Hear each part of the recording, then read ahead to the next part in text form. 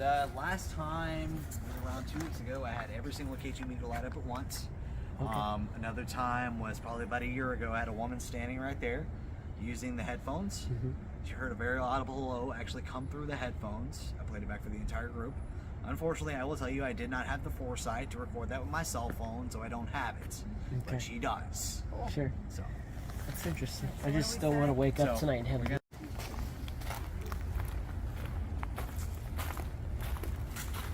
Somachichi.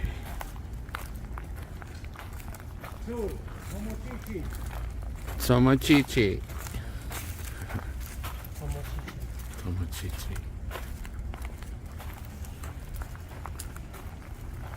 And 3.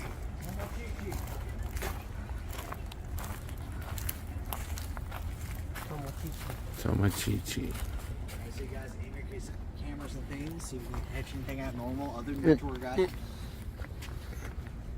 I stuttered too much on that, it didn't hit it.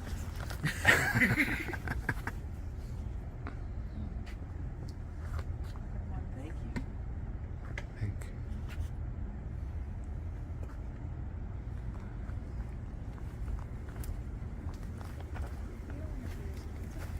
Nope. Got a little blip. Alright. So if anyone's here right now, I want you to do me a favor. Will you please touch this green light?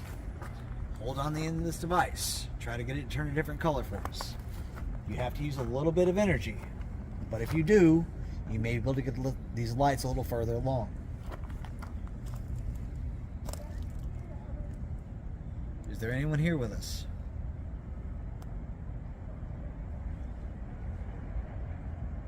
Wow. Oh. What? Thank you. Thank you. Are you able to light it up any further than that? If not, it's okay.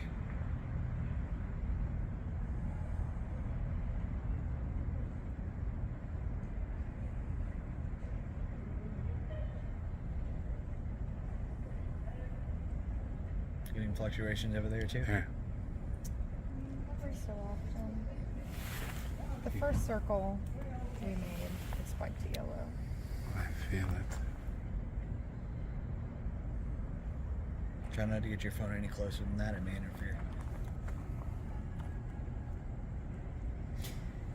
It was interesting because, I was saying thank you to Tomochichi.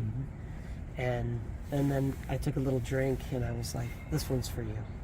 And then right after that, when that first little blip happened, That's awesome. yeah. Well, Is anyone here with us? So there are 2 devices you can touch. All you have to do is touch the end of them. They'll light up a little further.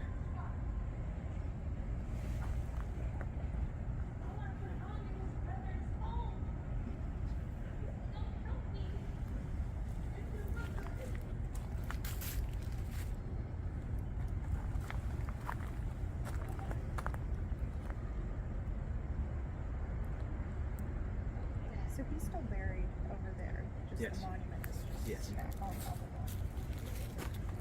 That was cool. Now, I would say we could go over there and kind of like try to get some EMF spikes over there, but there's a lot of electrical running around it because it does have so many lights. Right.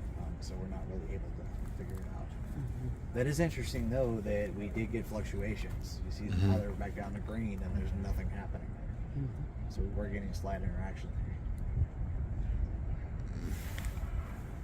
Now you guys know why I do the ritual. yeah. That's respect is important. It is. Okay. Alright, looks like it kind of died off though. Okay. Alright, well I did mention the next place we're headed to is actually the historic Savannah Theater. We've done that investigation over 700 times. I'm hoping I can rope you in because the evidence that I have to show you, I believe is greater than anything you would have ever seen on TV. Oh. So, with that said, we are headed to the historic Savannah Theater. Sweet. And I have plenty of things to show you. Excellent. That's not it. Is there someone here right now? If so, will you please touch that green light? Try to light it all the way up for us. I know it takes a little bit of energy, but if you just touch that green light, try to focus your energy on it. It will light up more. There. Yeah.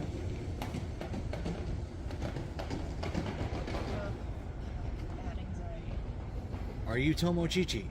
If so, will you please light the device up?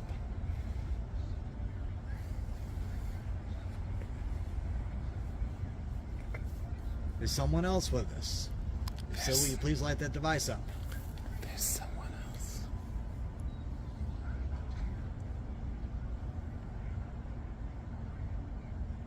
Are you shy because everyone's looking at you? If so, will you please light the device up?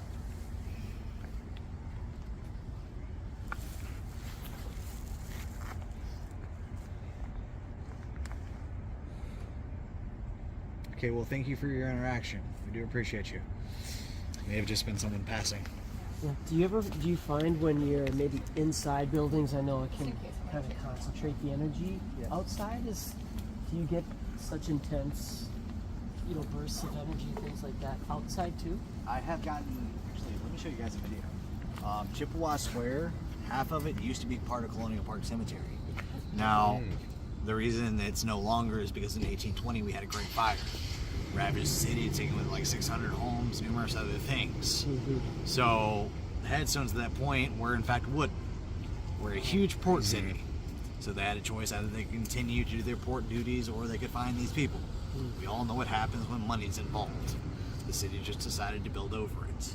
If you look at old maps, you'll actually see that half of Chippewa Square was part of Colonial Park Cemetery. Now, the reason I mention this, though, is because we stopped one evening a while ago. Actually, it was about a week ago. And I had a group of about 10 on my tour. They were getting random interactions, if I can find the video.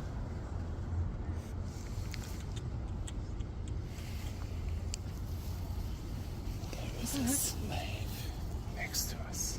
Have you ever seen those? That woman over there. The light was gone. Oh, here it is. Alright, so I was asking, we kind of stopped, and I was asking if they could light them all up at the same time. So you guys can see a little better. Will you please light all of those up at the same exact time for me? Back in the day.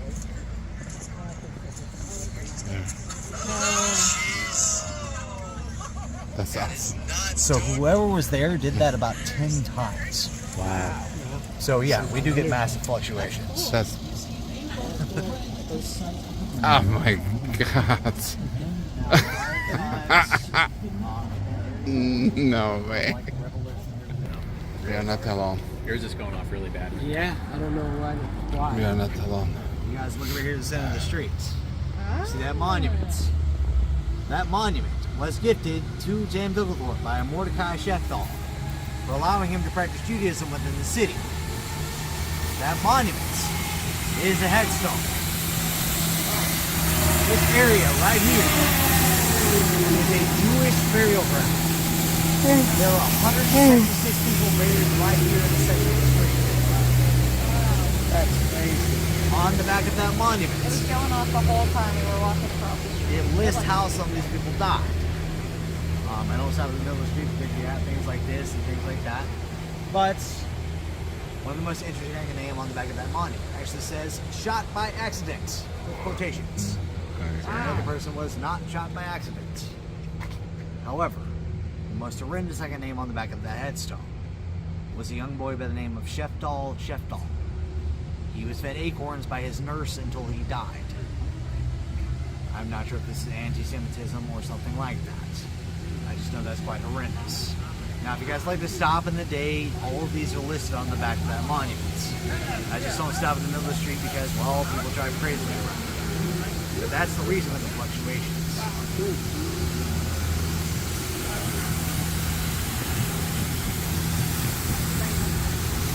That is haunted. Haunted. Here it comes, Steven.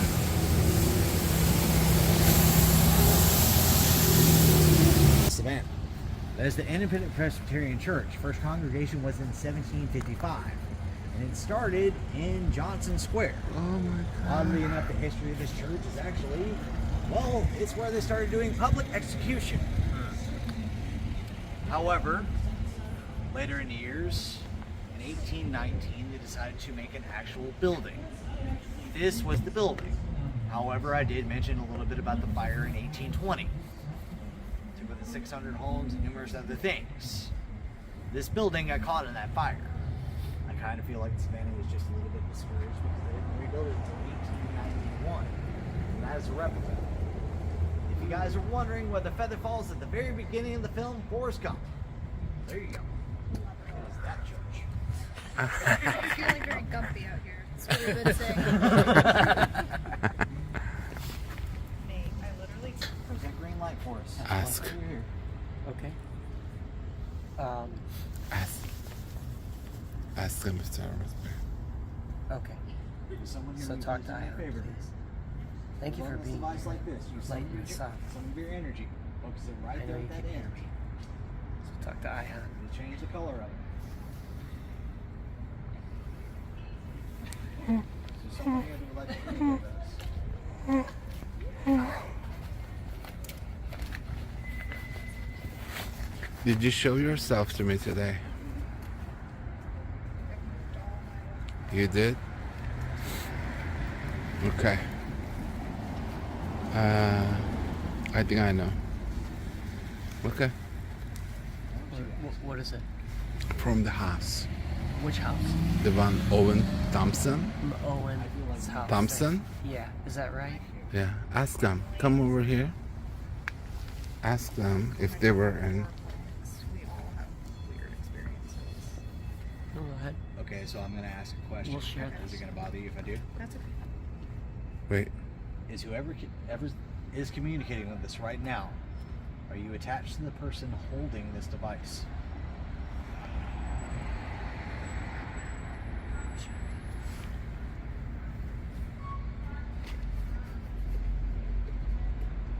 If the answer is yes, will you please light that up all the way?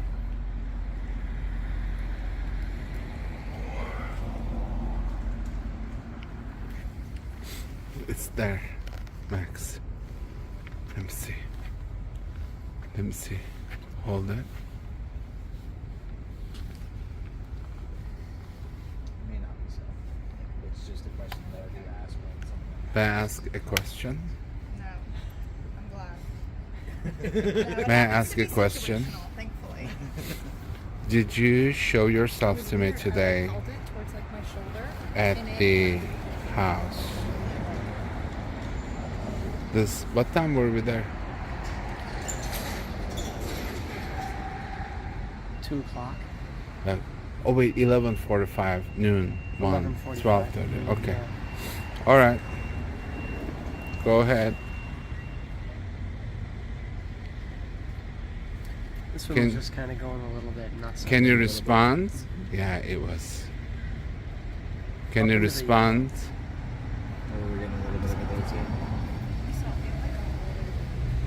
I didn't see that Uh-uh. much. I don't feel it. You were over there. Hey guys, it looks like they both kind of stopped. Well, Yeah, I as don't soon as feel it. say Wait. something- Okay. Right? So it's interesting like that. Yeah. As soon as I There. say something, they were gonna move. They start. Did we see you So today? bizarre. Did you show yourself It's like the minute today? you want to turn your back and go, it's like Moving into there. it shows. Can I bring my hand closer to it?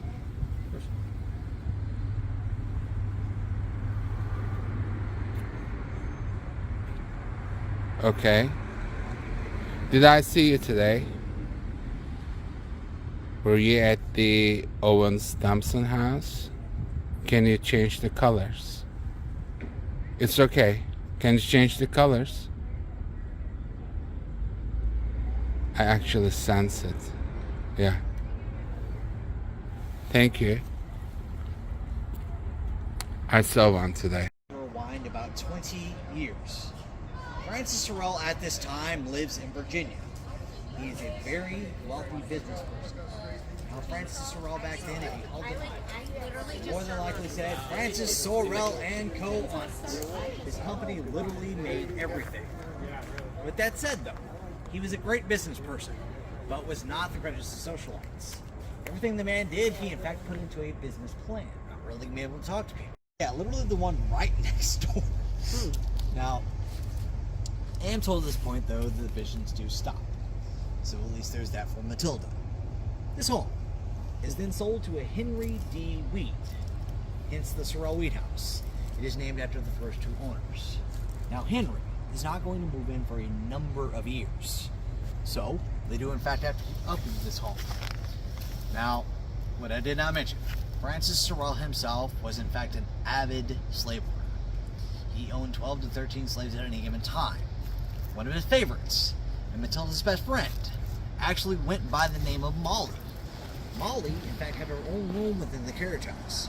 She managed the other slaves and was Francis' go-to girl for literally everything. With that said, it's reported one evening Francis Sorel starts disappearing. Matilda, you know where this is going. Matilda becomes more and more curious in this fact, saying, I know he's not going to local bars. I know he's not hanging out with people. I know he's not even talking to people. For God's sakes, he had signed a piece of paper to even marry me. So, her curiosity peaks. And one evening, she does follow him all the way around to the carriage house in the back, reportedly finding the man exercising his rights as an owner with Molly.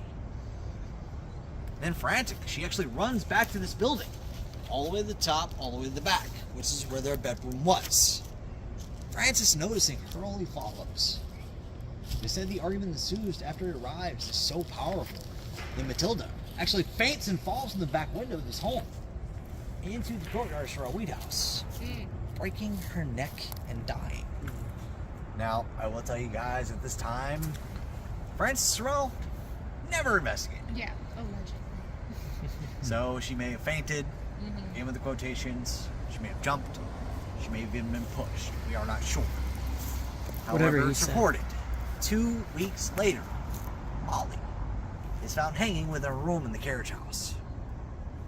It is said the evenings before, people from around the square reported hearing a lot of screaming coming from the carriage house itself. They then saw 3 men in white cloaks exit the carriage house. Now, this does predate the KKK, so we know it was not them.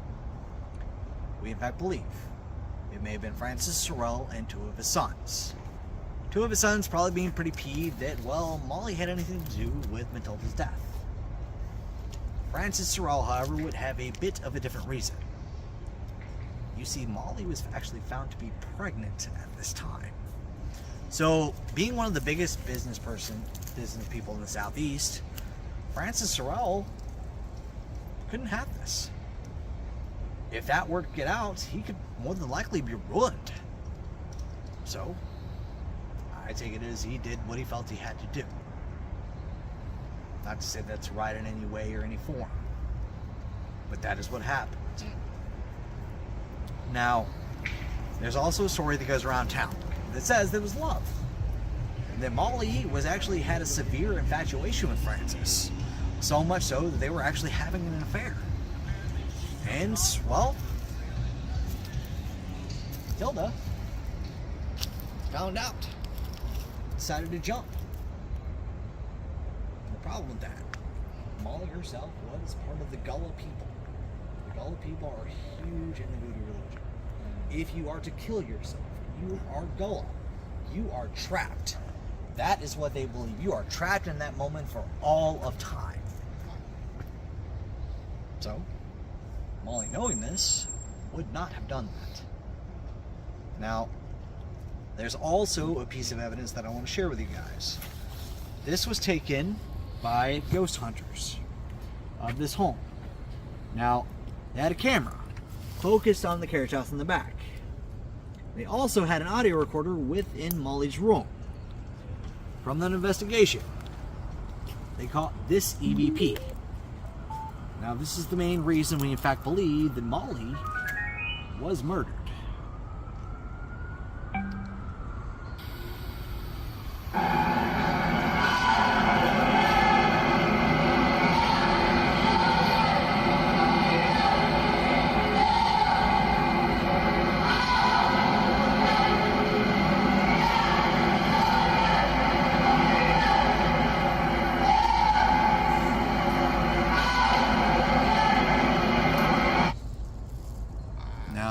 does go on a loop. So that EVP is just repeated and repeated and repeated. However, to me, that doesn't sound like somebody who took their own lives. In fact, that's far from it. But it says, oh my God, please stop, please help, please get out. No. Now, I have done the tour of this home. I've done it numerous times. I've done the daytime architecture tour. I've done the nighttime paranormal investigation. The home itself, I'm going to be honest, not really much. It's kind of like walking through your own living room if your own living room has 14-foot ceilings. However, I will say there are two places. Carriage house. Entering that place, even though it is a recreation, I do feel one of the deepest states of depression I've ever felt in my life. In all honesty, I don't like entering that carriage house. I was with a group of psychics a couple weekends ago. We were doing that tour. I actually sent one of them up into the carriage house. They randomly started crying and ran out. Now, originally when I entered the carriage house, I thought, I was going crazy. I really did. I thought it was just I was having a bad day, something like that. There was nothing going on. Maybe I just needed to take a chill pill, However, for a year, doing my tours, I asked, hey, have you done this tour? Did you have anything happen there? Stuff like that. I really was inquiring, wanting to know without saying it outright. Everyone said the same thing over and over and over and over again. Home itself, meh. However, the carriage house, we couldn't take a picture of this corner. I couldn't take a picture of the corner. We felt this. We just needed to get out of there. That was the saddest building I've ever walked into. I heard that over and over and over and over and over again. So to me, that's confirmation. I believe in the thing called intuition, and I believe in it real hard. If you have numerous people feeling the same exact thing, there's got to be something there. Yeah. Now, here's where I have the problem in my head right now. Power it off.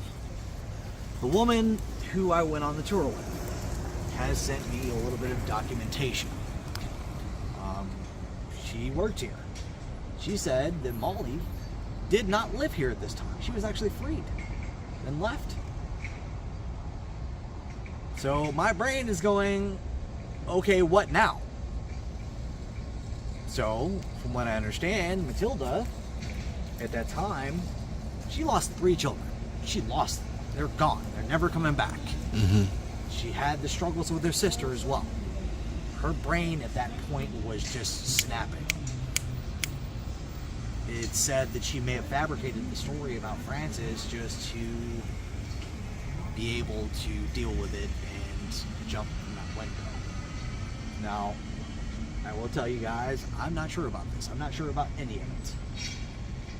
Which is where I'm in a bit of a pickle right now. Because I've been saying the story so much, I don't know what is going to be the truth here. However, I'm still going to tell you, Francis Sorel, he was a character. Let's put it that way. He was of mixed Haitian descent. That's right, I said it. Mixed Haitian descent. Brought to the United States by a slave. So he would not be killed. He was an avid slave owner. His son actually used this basement as a war hospital. He used it for amputations. He had around a 48% survival rate, which was pretty good for the time. Nowadays you'd be fired, but that's just the way it is. He had a practice all the way over in California.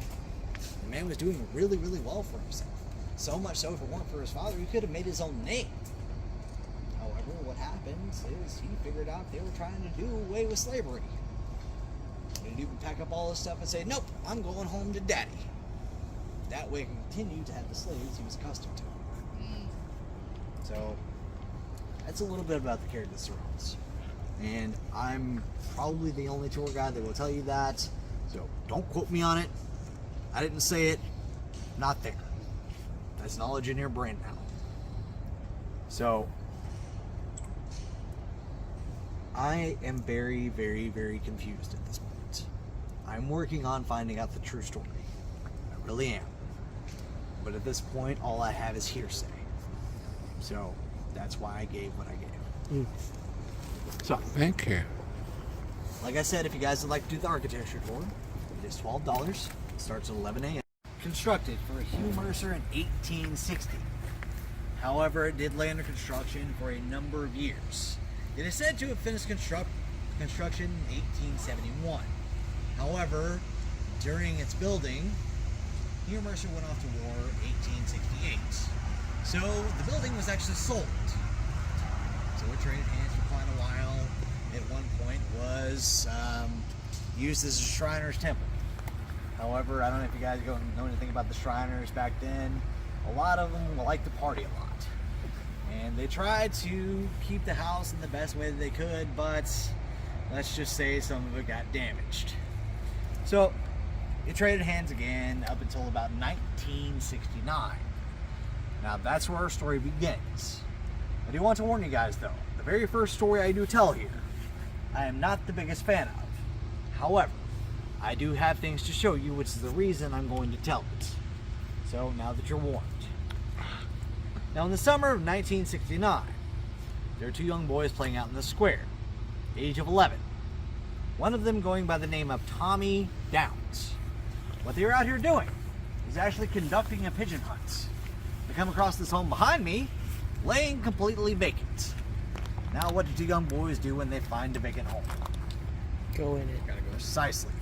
So what they're doing is actually trying to find a better vantage point for their pigeon hunts. So they make their way to the second level here. However, upon arrival, they figure, well, that might not be quite high enough. So what do but make their way over to the left side of this roof. As they get there, they figure that is a perfect vantage point to set up their shop. So they start posting up, and unfortunately as they do, our young boy Tommy Downs, age of 11, does in fact fall from this roof all the way down here to the left side, unfortunately knocking his head on two spikes of this fence. The young boy is brain dead on impact. Emergency crews arrive and they rush him to the hospital, but unfortunately he does succumb to his injuries along the way. You guys can understand why this is not my favorite story. However, as I said, I do have things to show you, which is the only reason I tell it. Now, this is the newspaper article from the very next morning. You guys will see the headline reads, "Tragedy Ends Pigeon Hunt." Just over here, you guys will see the home still under construction. If you're wondering how they got to the roof, there was in fact a construction ladder left out. It's down here. That's our young boy Tommy Downs, once again age of 11. Now, the reason I tell this story, because one evening we were telling the Jim Williams story. Someone decided they were going to take a picture of this home with their cell phones. They did in fact catch something, and they sent it to us. What you guys are going to see looks like a young boy standing on the balcony of this home. Now I'll scroll over, show you guys the original image here.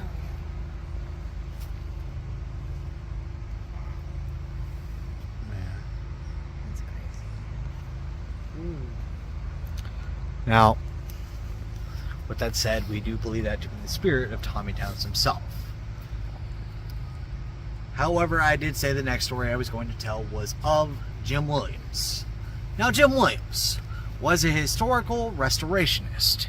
He would go around town to look at pawn shops and local antique shops, purchase furniture, refurbish it, and sell it at a much higher price. Now, everyone loved Jim Williams' work, and everyone wanted a piece of it. So, later that year in 1969, he comes across this home at $55,000. Can you imagine? He figures that's a steal, a great price. So, what does he do? He purchases the home and hopes to flip it, maybe sell it for a profit. However, upon entering the home, he does fall in love with it, basically making it his forever home. Now, Jim also throws some of the biggest parties in the city.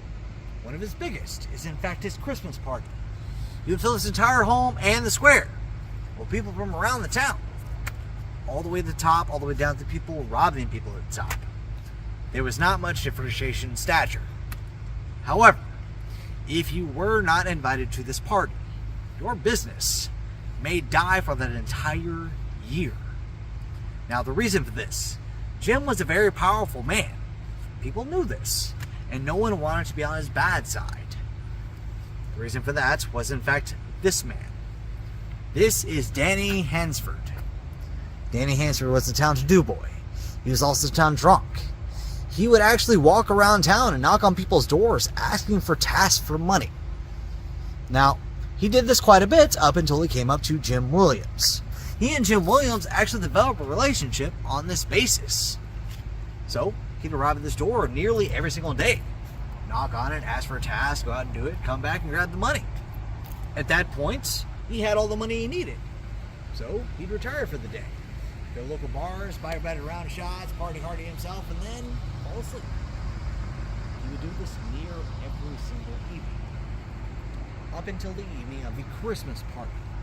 You see, this evening he does a little bit of the same thing, but not fully. He would once again arrive at the home, ask for his task, go out and do it, come back, grab the money, go to local bars, buy about a round of shots, party hardy himself, except for this evening. He does not fall asleep. He becomes very angry with Jim, saying he's simply not paying me enough. I am broke at the end of every single night. Go figure, right? Can't save money.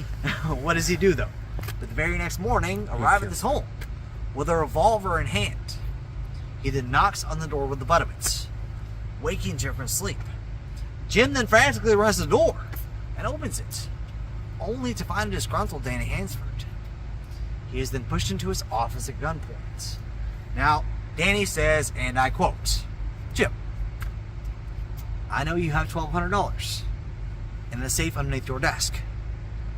Give it to me now, or I'm going to shoot you." Jim, knowing that Danny is not in the right state of mind, simply says, "No." So Danny fires a shot, completely missing Jim in the wall behind him. Jim Williams then reaches his desk drawer, pulls out a revolver, and fires 2 shots straight into Danny Hansford's chest. Now Danny does fall to the floor, but Jim does not feel he's quite incapacitated enough. So he walks over to him and delivers one final shot to the back of his head. Now, I don't know if you guys know this, there's a rule. Biggest thing is you can shoot someone in self-defense as long as they are facing you. Once they turn around, you are no longer in danger. If you do that, that is a law here called double tapping. It is completely illegal and will get you in a lot of trouble. With that said, that law was put into place. And Jim Williams is tried 4 times for it. The first 3, actually here in Savannah. The first 2 are actually overturned and ruled self-defense. The third is a mistrial. So they sent it up to Augusta, Georgia. Being a little less progressive, they actually tried to pin an intimate quarrel on the 2. Even though it may have been slightly true at the time, it was still self-defense. And in 1981, Jim Williams is finally allowed to return to this home. Now, unfortunately, by that point, he's quite a bit older and has started to struggle with his health. Originally, he has pneumonia when he returns. For about 10 years, he stays here, gets a little better. However, he does, in fact, develop heart disease throughout that time. So, 1990, Jim Williams is in his kitchen, reportedly fixing himself something to eat. He feels like he's having a strange twinge in his chest, and we do believe that this is the beginning of a massive heart attack. So he rushes across the bottom floor to his office to grab for his medication. However, as he does, he falls dead in near the same exact spot that Danny Hansford died all those years before. Now, Jim Williams may have been in cahoots with a certain voodoo priestess. She might have shown up at this door, knocked on it, and asked for money for the trial she helped him get through. Which his reply was, "I don't know you, get off of my lawn." To which she replied, "Okay." So I don't know if you guys have ever had someone so upset with you, just kind of look at you, shake their head a little bit, and say, "Okay, just walk off." Certain circumstances, that might be just fine. You might have a bit of a quarrel, you might never speak again. That's going to be about it. However, on this one, I say you might want to rethink your words. This is Valerie Bowles, High Voodoo Priestess. This evening, she walks to the local liquor store, buys a bottle of wild turkey, which is Danny Hansford's favorite drink. She then treks over to Greenwich Cemetery, where he is buried, pours the bottle on top of his grave, and commences a ritual. Now, the reason the book and the movie are called what they're called is, in fact, this. If you practice magic before midnight, it's considered good magic. If you practice magic after midnight, it's considered evil magic. However, if you practice right on the cusp of midnight, you are dancing within the garden of good And evil. Now, obviously, we can't prove that Valerie had anything to do with Jim Williams' death. That's a far cry from holding up in court, and we know it. However, I will tell you, she was, in fact, interviewed. And what she had to say was this. I don't know where Jim is. But wherever he is, he deserved it. So, main moral of the story here, guys. If you have a high voodoo priestess show up at your door, start requesting money, what is the first thing you're going to do? Give it to her. Precisely. Learn from Jim's mistakes. How much do you want? Now, the home is open for tours today. If you guys would like to see the inside, I do recommend it. It's quite beautiful.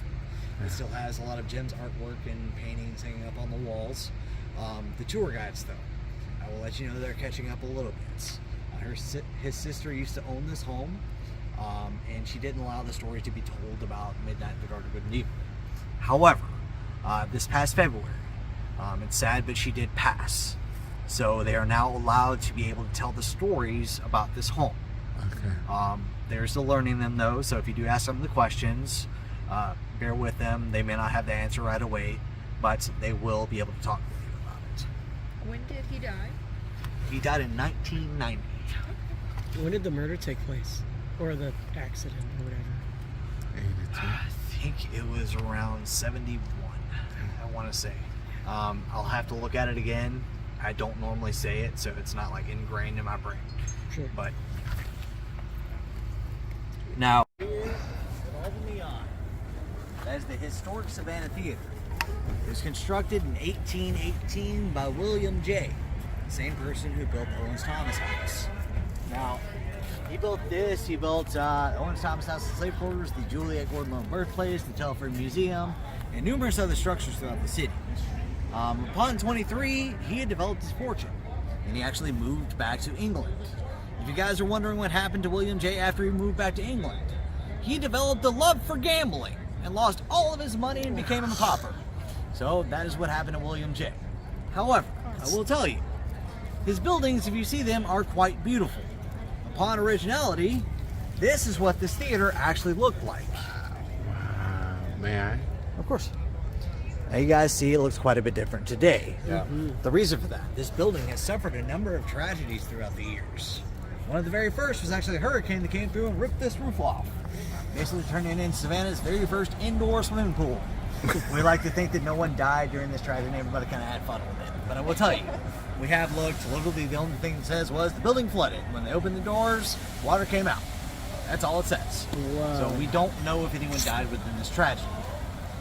We do believe, though, that the building was empty at that time, so very well could have been. Now, the second tragedy we have to deal with is a fire that happens on the stage in 1827. Now, 1820, we had, our fire come through, demolish a lot of buildings, left pooling in the bottom of the buildings, which led to a lot of yellow fever as mosquitoes started to run rampant. So every building in the city, after they figured out what was going on, was sprayed with pesticides. I don't know if you guys know anything about pesticides in 1827. They are basically gasoline. So, the stage is also lit by what you would call kick lights. They're little boxes that have mirrors within them. They have candles. The more candles, the more light you get out of them. That's the way this theater was lit. We have a stagehand this evening that decides he's going to get caught up in the curtains and knock them down onto that kick lights. Felt curtains. Basically gasoline. Flame candles. You have a recipe for disaster. That entire stage is blanketed in flames at this point. The problem with that, 1827, they got dressed underneath that stage. So 7 people this evening actually got trapped, lost their lives. One of these people going by the name of Elizabeth. She was an opera singer and a dancer within this theater. Now, Elizabeth loved what she did. She always took that center stage with pride, and what I understand, as soon as she did, everyone went silent. You could hear crickets outside of the building. That's how quiet it got. Now, with that said, she loved taking that center stage. So much so that she still does today. Now, Elizabeth is our main apparition we do see within this building. Now, the very first piece of evidence I want to share with you guys is a piece of 4K night vision evidence. Now, I did mention a lot of times at the beginning, it's where we might not see with our own eyes, but our cameras will pick it up. So nothing special at first. You'll just see one of our paranormal investigators sitting on stage waiting for something to happen. However, he doesn't know that something is actually happening right beneath him. As you see a white apparition following a green orb right in front of that stage. Now, we do believe this to be Elizabeth passing right here. And if you look at me right about now, candle extended while walking, that would be what would produce that green strip right there. So we do in fact believe that to be Elizabeth walking around the theater. This is not the craziest piece of evidence I'm going to show you this evening. Okay. In my opinion, it's not even remotely a warm-up for the things you're about to see. So, now that I say that, we're going to go to something that you guys are probably going to question a little bit, but I love showing it because I call it the Scooby-Doo Ghost. So, this is your basic light anomaly. It's not an orb, but it does have kind of thickness to it. That is what I like my orbs to look like, not transparent. So I want you guys to watch right over here in this area. Oh, So, the reason I kind of show this is I love seeing a Scooby-Doo ghost. And I know a lot of people I show it to go, that's a napkin on a string. That is what it looks like. I am very aware. Flying squirrel. But I love saying it because if you do poke your 2 eye holes here, you have your basic sheet ghost. Yeah. Now, the next one though is the same type of anomaly, but this one actually manifests on the screen. I like this one just a little more for that reason. But before I play this, I want you guys to be aware there's a woman sitting right here in this audience. This anomaly is almost going to hit her in the head. She does not see it, so I want you to watch her simultaneously. and she's alive? Yes. Like, A lot what of is people ask the that? question. I should probably just preface that by this lady was on the tour. So, right here is where I want you guys to watch.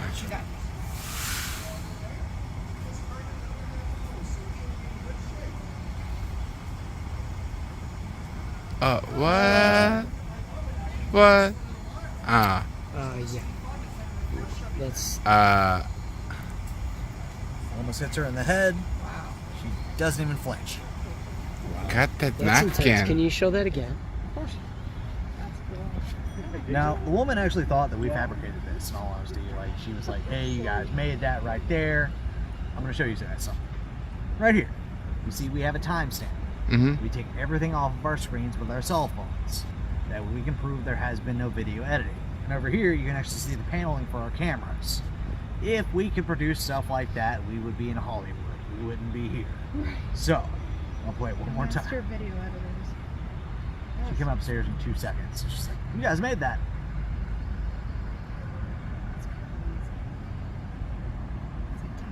Mm-hmm. It's funny that you say that. We actually call it the Savannah Theater Fairy. It's almost dancing. It looks, Which is why we believe it to be Elizabeth, because she did dance throughout the theater. Yeah. That's Hmm. kind of what we got there. Now, there was another tragedy. And just before I even say this, this building has suffered 12 fires throughout the years.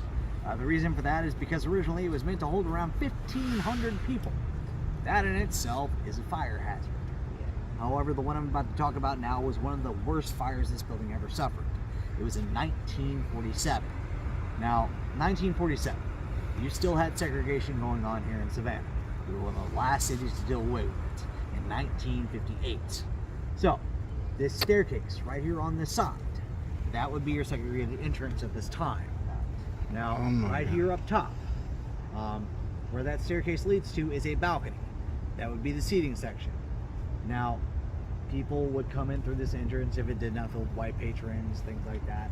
1947, though. You have a stacked house. This entire theater is completely full. So what they do is actually lock the doors from the outside, making sure nobody else can get in. Problem with that. You have your projectionist up in the projection room deciding he's going to finish his cigar. Throw it on the ground behind him onto the felt carpet that is still blanketed in pesticides. We all know what's going to happen at that point. That fire starts on that carpet. Now someone on the balcony reports of smelling smoke. So what do they do but open that projection room door? We all know what happens when you add air to flames. They just get bigger. So at this point, this entire top area is engulfed in flames. People on the balcony become frantic and start rushing down the staircase to try to get to the door at the bottom. Problem with the door, it is locked. People can't get out, so they rush back the other direction. Now, unfortunately, within this fire, there is a young boy named Benjamin, age of 10. He stays here and watches the show while his father, a stagehand named Rodney, works. Rodney used to run the lights within this theater.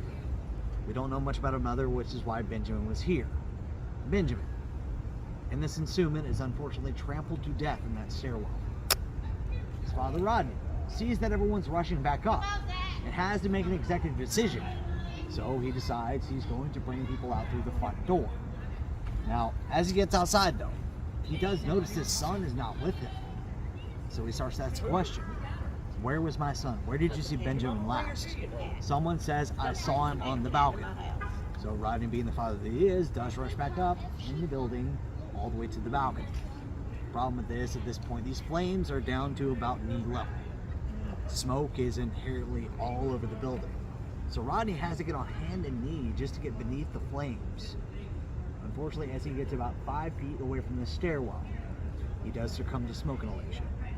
So Benjamin and Rodney did die on the same night. Now, as numerous people did, you guys have to think all of this building, all except for one wall did collapse. You had a lot of people trapped in there at that point. So the reason I mention this though is because Benjamin and Rodney are two spirits we do communicate with within this theater. And the next 2 pieces of evidence I'm going to show you have to deal with this tragedy. So the next one. You guys will probably know a lot of times if you have somebody walking down the aisle or something like that, you get what's known as IR lag. You may have their shadow produced on the wall while they're walking down the aisle. Now, we have checked this. There was nobody walking down the aisle at this time. And this anomaly actually dissipates as it gets right about here. So we know that there is no IR lag happening. This is what we know to be a shadow figure. And we do believe to be Benjamin running for the stage. Runs down right here. See, it completely dissipates. Wow. So that's how we know that to be anomaly of sorts. We'll play it again.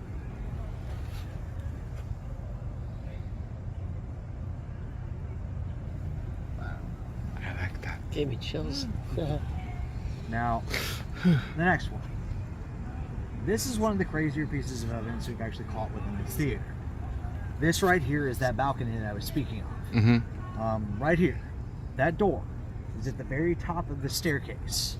It is now the emergency exit. I kind of feel like they learned their lesson on, not having one of those. That door is in fact closed. I want you guys to watch that door.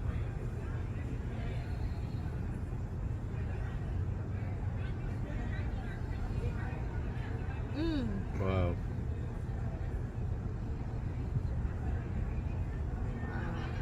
Okay. So you actually have a shadow manifestation pass through the door, drop down onto the balcony right there, start to gain a little bit of form. You guys saw right there in that split, you will see leg movements. Behind that is a full-bodied apparition. Okay, one more time and I'll zoom in a little bit.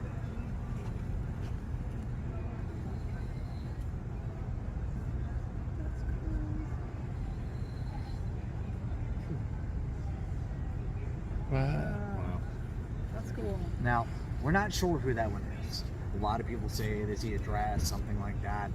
As I said, numerous people died within that fire, so I've gotten different names. There's Alice, there's Ken, there's Ben, there's a lot of people.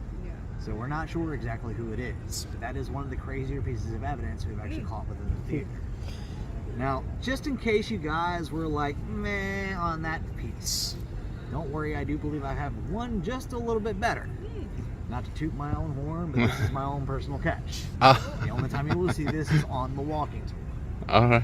Now, this is the dressing room. We also like to refer to it as the mirror room or the green room. These two chairs right here, I want you guys to focus between these two chairs.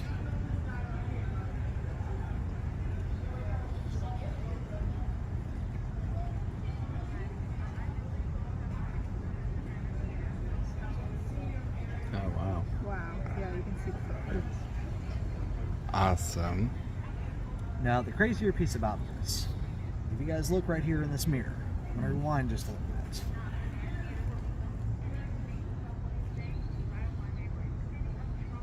See the face? Mm. Wow. Actually, I have a face pop up right here in this mirror. Yeah. Eee. So, I'm going to rewind fully, and I'll play it again, that way you guys can see the entire thing.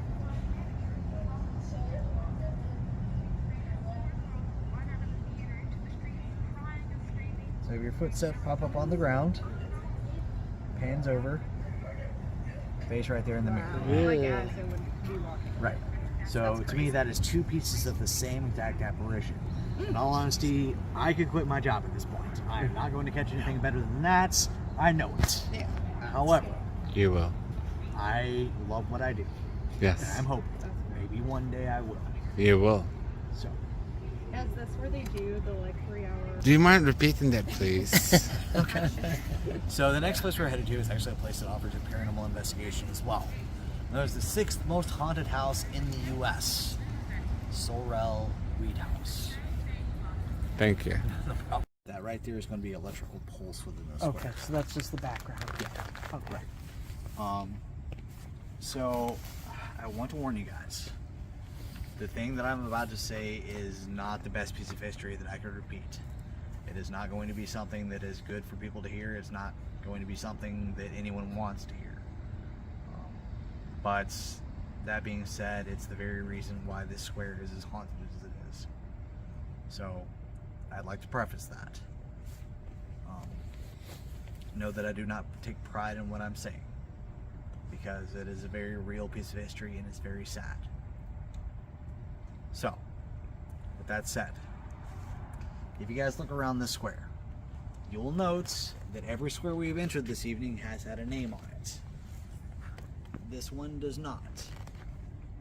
Now, the reason for that, it used to be named after a John C. Calhoun. You guys know anything about him? Sounds familiar. It I probably should, because you will see his name all over the United States. Now, the reason for this, he was a senator from South Carolina. He was also one of the only vice presidents to serve under 2 presidencies. John C. Calhoun himself actually ran for presidency 4 times. No one will let him in.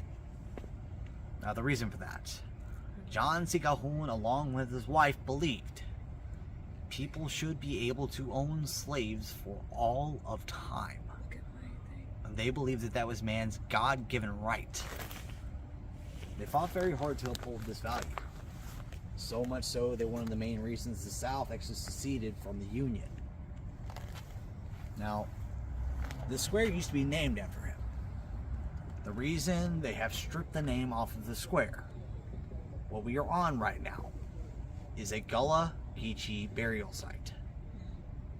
For those of you that don't know, the Gullah people were the very first slaves from Africa to Georgia. Now, here's where it turns.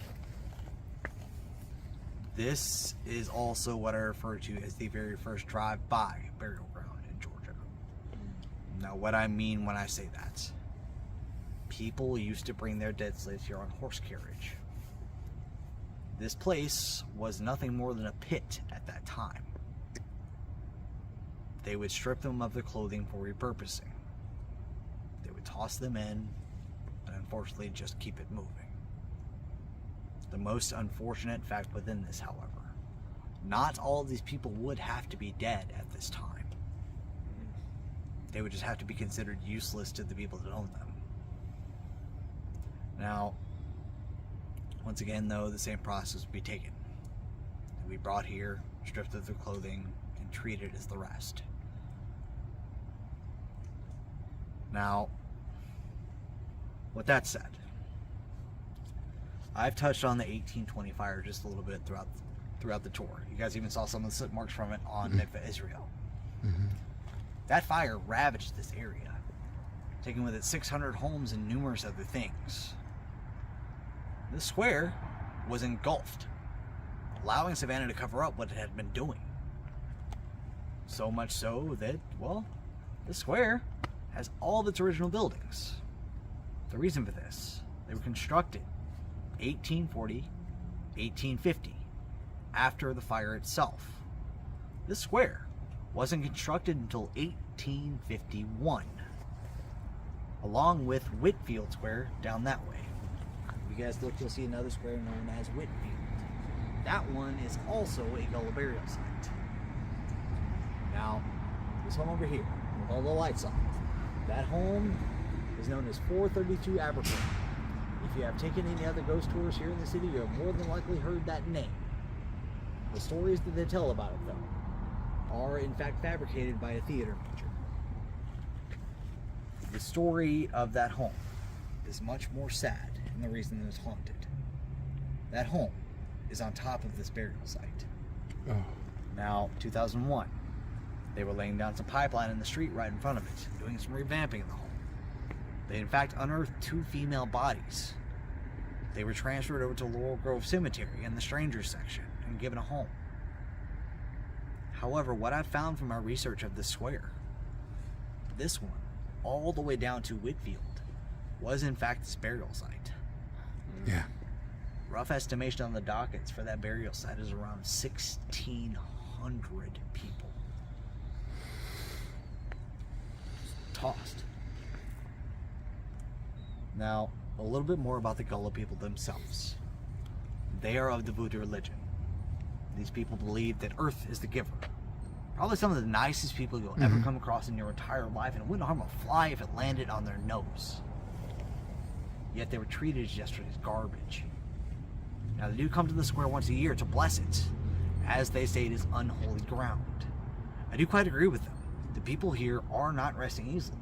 You saw right now, you get a fluctuation in the red. That's the reason for this. These people aren't resting well, and I hate it. I really do. Now, with that said, there's your history.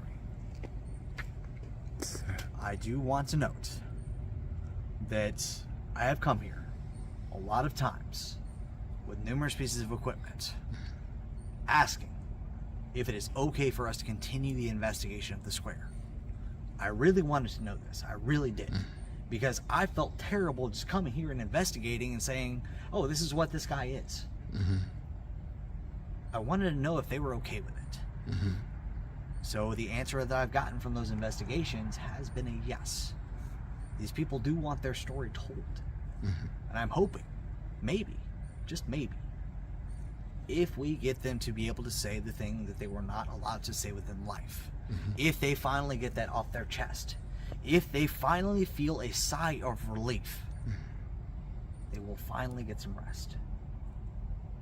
That is why this is our investigation spot. Know that I have made friends with these people. Yeah. I consider them my family.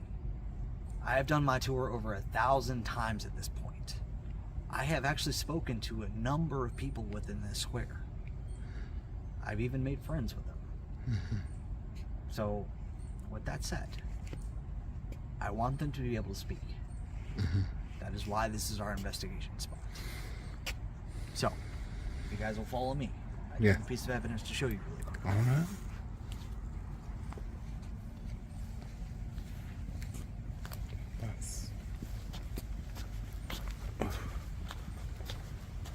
I'd like everyone to stand right about here in a line facing towards this tree. So this tree right here in the corner, if you guys look, there's been a limb cut off on this right side. Beneath that limb cut off, there's a curve to the tree. I want you guys to really take note of that curve. Now look over here on the left side. You'll see a sign. Look behind the tree on the wall. Make sure you don't see any downspouts or anything like that on the wall. Once again, I will say, really take note of the curvature of this tree on this right side. The photo I'm about to show you, I caught September 23rd of 2021 at 7:24 p.m. I had 2 people conducting the investigation of the square. Something told me I needed to take a photo, so I did. Guys, look right here up against this tree, right in front of this gentleman. You're going to see a white lace style dress. Note that it is completely transparent. Yes. Now, I took photos before this. I took photos after this. This is the only photo this was actually in. Now, I do feel like this gentleman might have seen it, as he did turn his head. But he didn't get spooked or anything like that, so I feel like he might have just caught it out of the corner of his eye. I was also watching them, so I know no one was there at that time. Now, I said that I've done my tour around 1,000 times at this point. I've tried to replicate this photo around 600 of those times. I have not been able to. And from where we're standing right now, that is your trajectory. So out of curiosity, I looked up what the Gullah people wore. Hand-me-down white robes. And in every single photo I was able to find, that white dress was in at least 2 of them. This is how I know this to be a full-bodied apparition I did catch within the square. Now, obviously, guys, I do wish that I had possibly gotten a face in another photo, something like that.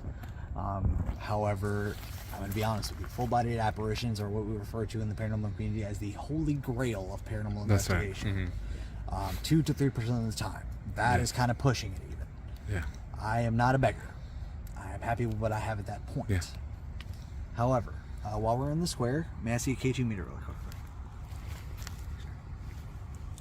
What I want you guys to do is ask if there's anyone here in the square. If there's anyone that would like to communicate with us, would you please touch the screen light? Try to bring it all the way over to red for me. Wait a moment. See if anything starts to happen. If you do get a fluctuation to the red, what I want you guys to do are ask things like, are you a male? Please turn red for yes. Alright, so we got a slight fluctuation. So I'm just going to ask, are you a female? Please turn red for yes.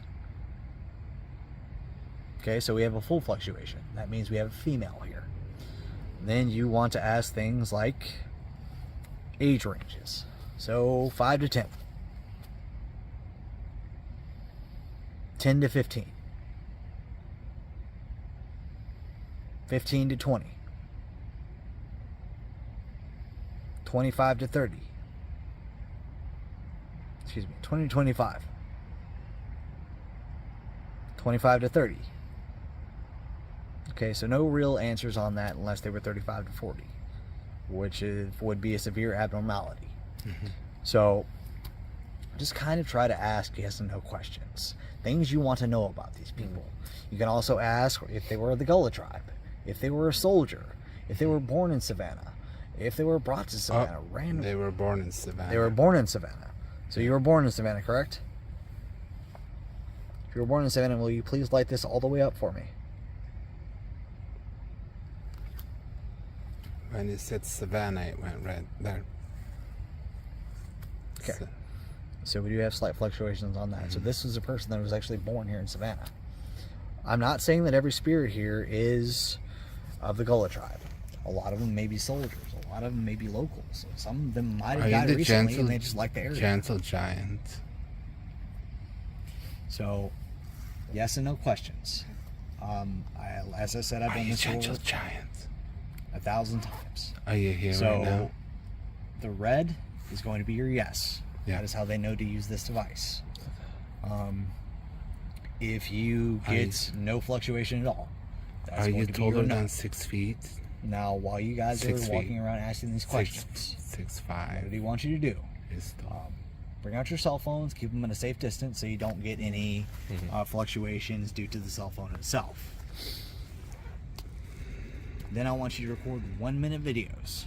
So 1 minute, stop, 1 minute, stop, 1 minute, stop. The reason I say this is the easiest possible way to catch an EVP, electronic voice phenomenon. We also have something nowadays called Bluetooth. If you do catch anything, you can always amplify it later if you can't understand what it's saying. Now, if you guys don't want to do the video, another thing that I do recommend, if you do have an iPhone, you have a thing called voice memo in your phone. While you're recording, you can actually watch the spikes. So if anything comes around, you can see the spike on it. Then you can stop and see if you caught anything. So those are 2 ways that I do say you want to do this. Now, I do have a couple rules for the square. Number 1, I know it's a little late, but there may still be other tour groups to enter. Please be respectful of their space. Number 2, I don't care what date it is. I really don't. We have an open container drinking law here in Savannah. People have probably tied one on pretty hard right about now if they're going to. So for that very reason, please stay within the confines of the square. And number 3, as I said, these people are my friends. Please be respectful of them. That is all that I ask.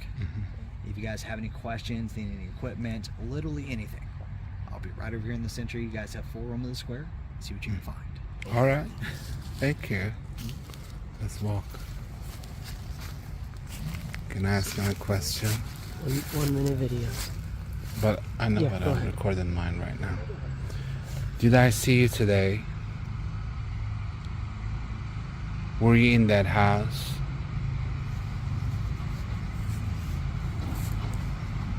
Okay. Are you that male? You are? What do you want to say to me? You have something to say? You do? Do you... Oh, I feel like we need to go somewhere. Look at it. Okay, I see. Tell us where we need to... I'm getting chills right now. Do you want us to go somewhere? Yeah. Where do you want us to go? Keep Hold on, to the let's tree? go in a direction. We go this. Tell us.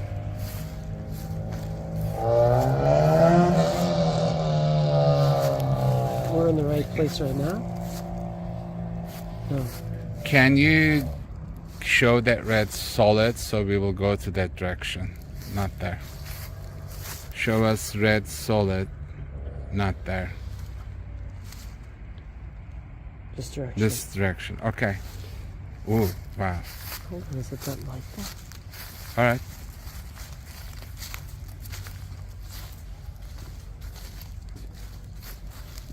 The light? Here, let me see. Let me mess with the light.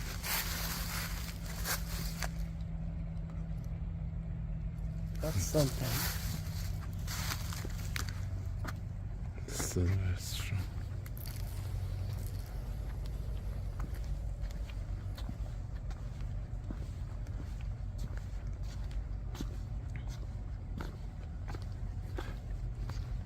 Ask a question.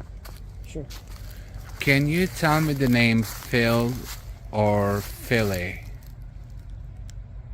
Did you say Phil? Philly?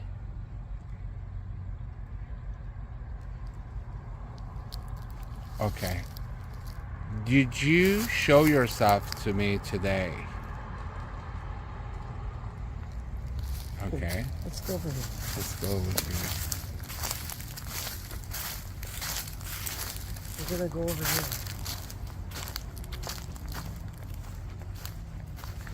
Those were some mad spikes. This is a little quieter area. Oh my God. Look at that. Look at how that changes. There we go. Can you show us where you guys were? Wow. Hold on, back that up a little bit. Okay, that's There. good. Yeah, it's very good. Were you buried here? I can show.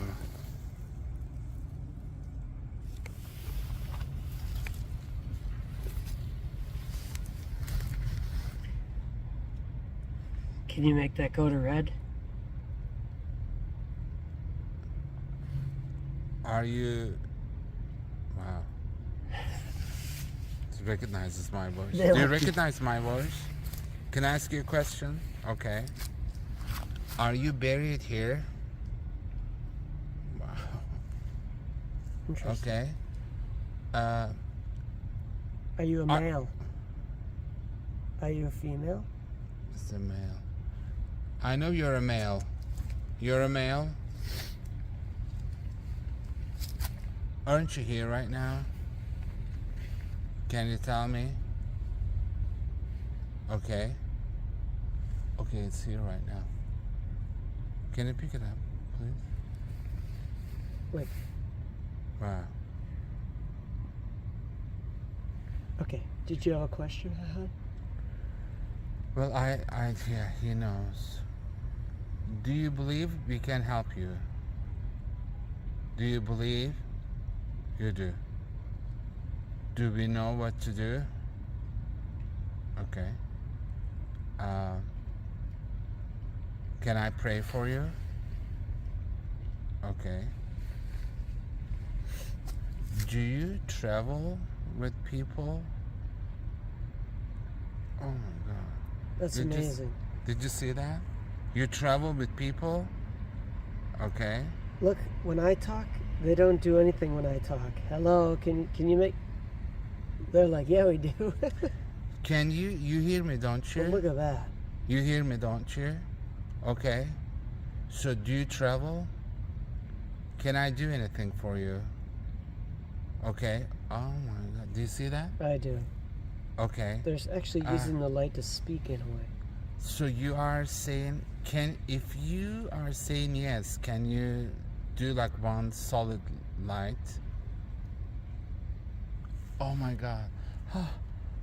There was just someone next to you. Okay. Was there someone next to Max? Was there someone next to Max? Did I see them? They lined up here right now. I see it. Okay. I just need to be calm. Okay. Okay.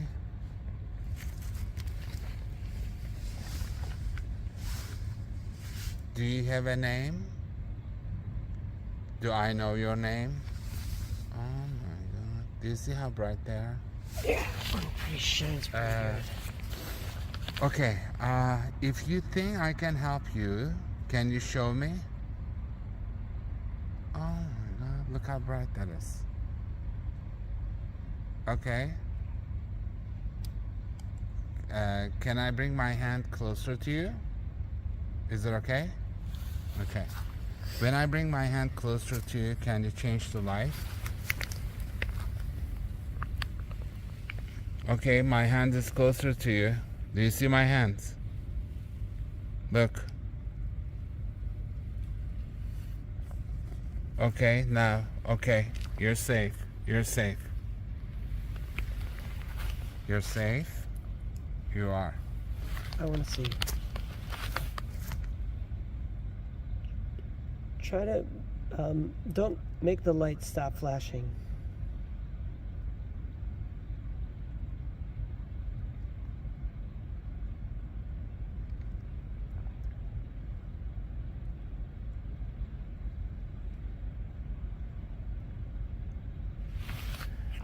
I think there, I don't know if there's some interference. No, he's saying there's like, if the answer is yes, can you show me like different color? There. Thank you. So if I ask you a question, if the answer is yes, can you go to that orange? If the answer is yes, okay. Oh, okay.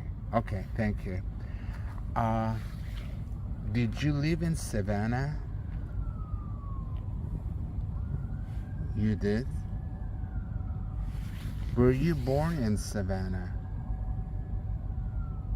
I don't see it. Did they bring you to Savannah? Did they bring you here?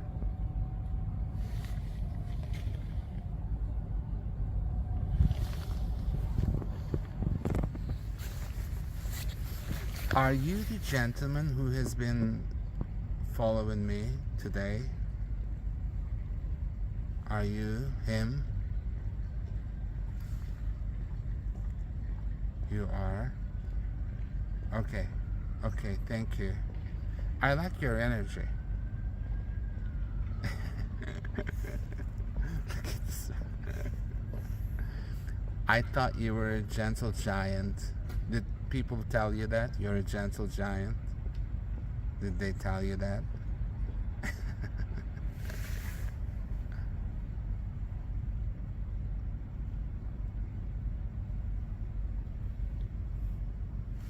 Yes. I know that you have a beautiful heart. I know that. Okay. I believe that. That's very strong. Mm-hmm. Can you go to red? Can you go to that red? Show me red. Please, there. Okay. Thank you. Thank you. I'm gonna pick it up and Look at that. Thank you. when you pick it up. Where did everybody go? They're cruising around. Okay.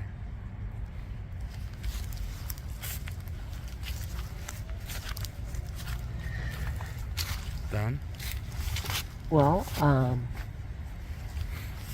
not sure. They want me to It's tough because there's a lot of, activity. well, there's interference too, so it's hard to